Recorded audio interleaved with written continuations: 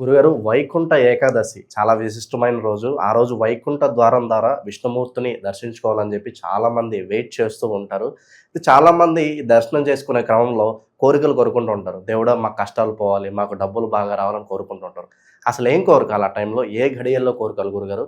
చాలామందికి మరి ఆ రోజు వైకుంఠ ద్వార దర్శనం చేసుకోవడానికి వీలవ్వదు. మరి చేసుకోలేని వాళ్ళు చాలామంది ఇంట్లోనే ఉంటారు. ఆ ఫలితం వాళ్ళకి దక్కాలంటే ఏం చేస్తే బావుంటుంది? వైకుంఠ ఏకాదశి రోజున 2026 సంవత్సరంలో ప్రతి సంవత్సరం కూడా తెల్లవారుజామున 2 గంటల నుంచే తిరుపతిలో 1 గంటకు కూడా మనం ఉత్తర ద్వారం తెరుస్తారు. మొత్తం విష్ణు దేవాలయాలన్నీ కూడా ఆ రోజు బ్రాహ్మీ ముహూర్తంలోనే తలుపులు తెరుస్తారు. అక్కడ జనమంతా కూడా కుప్పల కింద మొత్తం నుంచి రాత్రి దాకా వెళ్తారు.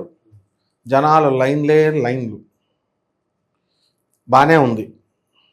తొక్కిసలాటలు, చిన్నపిల్లలు, ఆడపిల్లలు, వీళ్ళందరూ ముసలివాళ్ళు అందరూ కూడా వెళ్తారు చూడాలని పాపం. కానీ ఆ తొక్కిసలాట్లో ఏమైనా అయితే ప్రమాదం, చాలామంది చాలాసార్లు ప్రమాదం కలిగి చనిపోయారు. అప్పుడు అదే వైకుంఠ ఏకాదశి అంటే డైరెక్ట్ వైకుంఠం, చావే, మోక్షం అదే మోక్షం. కాబట్టి అది తెగిచ్చేసే వెళ్ళిపోతారు జనం. దాని అంత అవసరమా? వీళ్ళకందరికీ కూడా చాలా సులువైన మార్గం ఉంది. ఇప్పుడు ఆ వైకుంఠ ఏకాదశి రోజున శివాయ విష్ణు రూపాయ శివరూపాయ విష్ణవే శివస్య హృదయం విష్ణు విష్ణోశ్చ హృదయం శివ అనేటటువంటి మంత్రాన్ని ఇంట్లో చేసుకోవచ్చు. ఇది చక్కగా శివాలయాలకు కూడా వెళ్ళొచ్చు. వీళ్ళు సగం మంది పబ్లిక్ దొరకలేదని మనం బాధపడాల్సిన పని లేదు. అందరూ తిరుపతి వెళ్ళాల్సిన అవసరం లేదు. ముందు ఎలాగైతే గ్రహణం పడితే శోధకం 9 గంటల ముందు ఎలా అయితే వస్తుందో, అప్పుడు దేవాలయాలన్నీ ఎలా అయితే మూసేస్తారో, అలాగే వైకుంఠ ఏకాదశి అనేటటువంటి పర్వదినం వచ్చే ముందు 9 రోజులు, తర్వాత 9 రోజులు కూడా ఆ వైకుంఠ ఏకాదశి పవర్ ఉంటుందన్నమాట. దానివల్ల ఈ 9 రోజుల ముందు నుంచి వైకుంఠ ఏకాదశి దర్శనాలు చేసుకోవచ్చు. ఆ రోజు చేసుకోవచ్చు, ఆ తర్వాత 9 రోజులు చేసుకోవచ్చు. +or-1 అనేది అందుకే అంటాం, ఒకరోజు అటు ఒకరోజు ఇటు అని. ఇది శాస్త్రం చెప్పే విషయం. ఇది ఇలా కనుక చేసుకుంటే ఎక్కడ ఏ ప్రమాదాలు జరగవు. 9 రోజుల ముందు నుంచి చేసుకుంటారు. తర్వాత వైకుంఠ ఏకాదశి అయిపోయిన తర్వాత 9 రోజుల తర్వాత నుంచి చేస్తారు. ఆ రోజు వెళ్తేనే ఏదో విష్ణుమూర్తి వీళ్ళకి సూట్ కేసుల్లో డబ్బులు ఇస్తున్నట్టుగా వీళ్ళంతా కూడా వెళ్ళి ఇదంతా జనం క్రౌడెడ్ అయిపోతారు. రెండో మార్గం కూడా శాస్త్రం చెప్తోంది. శివుడే విష్ణువు, శివుడి హృదయమే విష్ణువు, విష్ణువుడి యొక్క హృదయంలో ఆత్మే శివుడు. కాబట్టి శివాలయాల్లో కూడా వెళ్ళచ్చు. వెళ్ళి చక్కగా శివ దర్శనం చేసుకోవచ్చు. అక్కడ ఉత్తర ద్వారం వాళ్ళేం తీయనవసరం లేదు. శివుడికి అన్ని ద్వారాలు, ఆయన శివుడు అంటే ఏంటి, పరమేశ్వరుడు అంటే అన్ని ద్వారాలు తెరిచున్నవాడు. అందువలన ఉత్తర ద్వారము అని ఎందుకంటారంటే, ఇప్పుడు ఈ యాక్చువల్గా వైకుంఠ ఏకాదశి రోజున ఉత్తర ద్వారం తెరవడం అంటే అది మనం ఉత్తరం వైపు తలపెట్టి పడుకోకూడదు.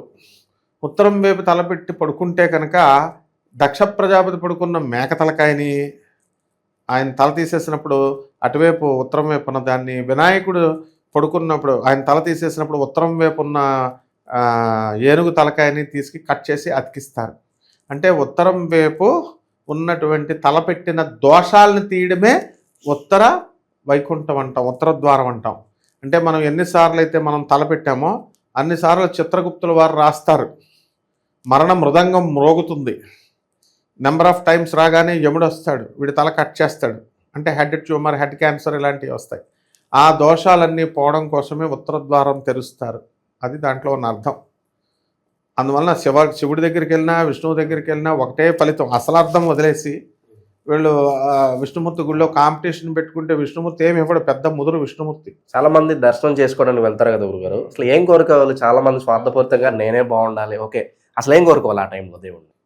పరమాత్మ మనం ఏం అడగకుండానే మనకు అన్నీ ఇచ్చేస్తాడు. అడిగినంత మాత్రాన ఆయన ఏది ఇవ్వడు. అసలు సమస్య లేదు. ఆయన తలుచుకుంటేనే ఇస్తాడు. మన పూర్వజన్మ కర్మలను బట్టే ఇస్తాడు ఆయన. ఈ సంవత్సరం ఇవ్వలేదనుకోండి, నెక్స్ట్ ఇయర్ రావడానికి ఒక 365 రోజులు టైం ఉంది కదా, టైం ఇస్తాడు ఆయన. ఒకటే ఇస్తాడు, టైం ఇస్తాడు, మారడానికి టైం ఇస్తాడు. లాస్ట్ టైం నువ్వు అనాథలకి, వికలాంగులకి, పేదవారికి, సాధువులకి నువ్వు దానాలు చేయలేదురా బాబు, ఈ 365 రోజులు చేసుకో. అబద్ధాలు ఆడేసి అందరినీ మోసాలు చేసావు లాస్ట్ టైం, అవి ఆపేయి. ధర్మబద్ధంగా ఈ సంవత్సరం బతుకు అని టైంని ఇస్తాడు. అవి చేయకుండా ఊరికి వెళ్ళి లడ్డు, అరటిపళ్ళు, కొబ్బరికాయ పట్టుకెళ్ళిపోయి స్వామి నాకు ఇచ్చేయి, నాకు పెళ్లి, అసలు అక్కడికి వెళ్ళినవాడు పెళ్లి కానివాడు పెళ్ళాన్ని అడుగుతాడు. ఒక పెళ్ళం ఉన్నవాడు 2 అడుగుతాడు. వాడు ఒక ఇల్లు ఉన్నవాడు 2 ఇల్లు అడుగుతాడు. కారు ఉన్నవాడు 2 కార్లు అడుగుతాడు. ఆశ అసలు వీళ్ళ చిత్రమైనటువంటి వీళ్ళ కోరికలు చూసి విష్ణుమూర్తికి మతిపోతుంది అనమాట. అందువలన స్వామివారు లేచినటువంటి పరమ పవిత్రమైన దినం ఆ రోజు.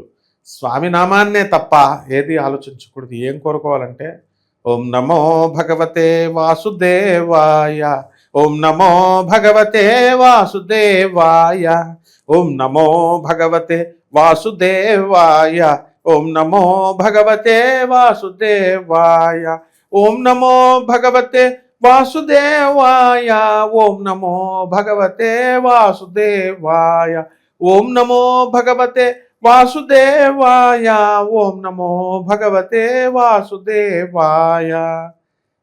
ఇది నామ సంకీర్తనం చేసుకుంటూ ఏం కోరుకోకూడదు.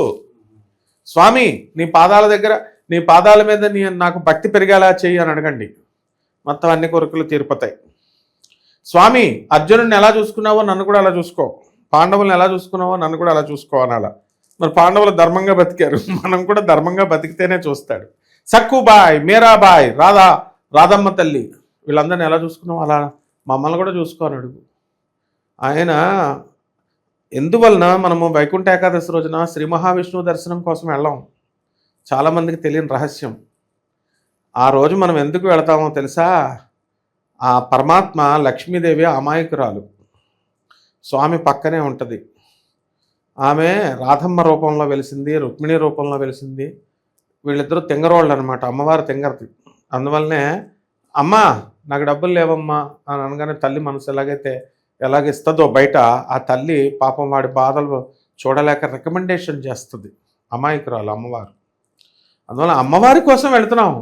అరే అమ్మవారి దేవాలయాలు వదిలేసి వెంకటేశ్వర స్వామి వారి దేవాలయాలకు వెళుతున్నాం.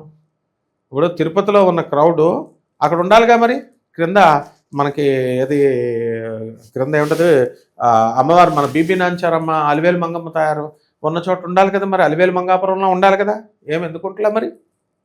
అసలు ఉండాల్సింది అక్కడ వైకుంఠ ఏకాదశి రోజు చేయాలి. శివాలయాలు ఐశ్వర్యం ఈశ్వరాదిత్యత్ అన్నారు, శివుడి గుళ్ళలో ఉండాలి. అప్పుడు ట్రాఫిక్ అంతా డైల్యూట్ అవుతుంది.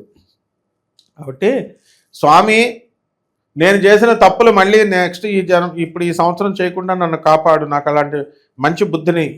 ఓం సర్వ చైతన్య రూపాం తామాధ్యాం విద్యాం చదిమహి బుద్ధిం యోన ప్రచోదయాత్, ఓం భూర్భవస్వ తత్సవితుర్వరేణ్యం భర్గో దేవస్య ధీమహి ధియో యోన ప్రచోదయాత్. ఇవన్నీ ఏం చెప్తున్నాయి? సర్వ చైతన్య స్వరూపిణి అయినటువంటి అమ్మ, మేము ఆది విద్యలకి అన్ని విద్యలకి మూలం నువ్వు, మా యొక్క బుద్ధిని సరైనటువంటి మార్గాల వైపు ప్రేరేపించు తల్లి అని అడగడం ఒకటి. ఏ శక్తి అయితే ఈ ప్రపంచాన్ని సృష్టిస్తుందో, పాలిస్తుందో, లయం చేస్తుందో, ఆ శక్తి నా బుద్ధిని సరైనటువంటి మార్గాల వైపు ప్రేరేపించుగాక అని అర్థం. అంటే మనకి సరైన బుద్ధిని ఇమ్మని అడగాలి. అప్పుడు ఆటోమేటిక్గా బుద్ధి కర్మానుసారిని, మన బుద్ధి ఎప్పుడైతే మారుతుందో కర్మలు మంచి కర్మలు చేసేలాగా మనల్ని ప్రేరేపిస్తుంది. స్వామి అప్పుడు అన్నీ ఇచ్చేస్తాడు. అదే భగవద్గీతలో చెప్పేది ఏంటంటే, స్వామి యందు శరణతో వెళ్ళి మంచి మనస్సు, కపట బుద్ధులు వదిలేయాల, డాంబిక భక్తి వదిలేయాల, మోసాలు వదిలేయాల, పరిశుద్ధంగా మనం మారాలి. స్వామికి అన్కండిషనల్ సరెండరెన్స్ అండ్ స్వామికి టోటల్ సరెండరెన్స్ అయినప్పుడు అర్జునుడిలాగా మనల్ని జగదేక వీరుడిని నెంబర్ 1 చేస్తాడు. ఏ ఫీల్డ్లో అయితే ఆ ఫీల్డ్. ఈరోజు నీతా అంబానీ అలా కోరుకుంది కాబట్టే లైవ్లో రియల్ టైమ్ గాడ్ అయినటువంటి సాక్షాత్తు శ్రీ మహావిష్ణువే మన ప్రభాత్ రంజన్ సర్కార్గా, ఆనందమూర్తి గారుగా పుట్టారు. ఆయన శరణ వేడింది కాబట్టి ఈ రోజున ముఖేష్ అంబానీని పెళ్లి చేసుకోగలిగింది. అలా ఎగ్జాంపుల్స్. అలాగే సద్గురువు గారి దగ్గరికి వెళ్ళబట్టే సమంత కానీ, ఉపాసనారెడ్డి కానీ, వీళ్ళు గురువులను ఆశ్రయించిన వాళ్ళంతా దేవుళ్ళు ఇస్తారు. కాబట్టి మనం చేయాల్సింది అదనమాట. ఆ రోజు విపరీతమైన జనం వద్దు, అన్ని గుళ్ళకి వెళ్ళండి. లేదా 9 రోజుల ముందు 9 రోజుల తర్వాత కూడా దర్శనం చేసుకోండి.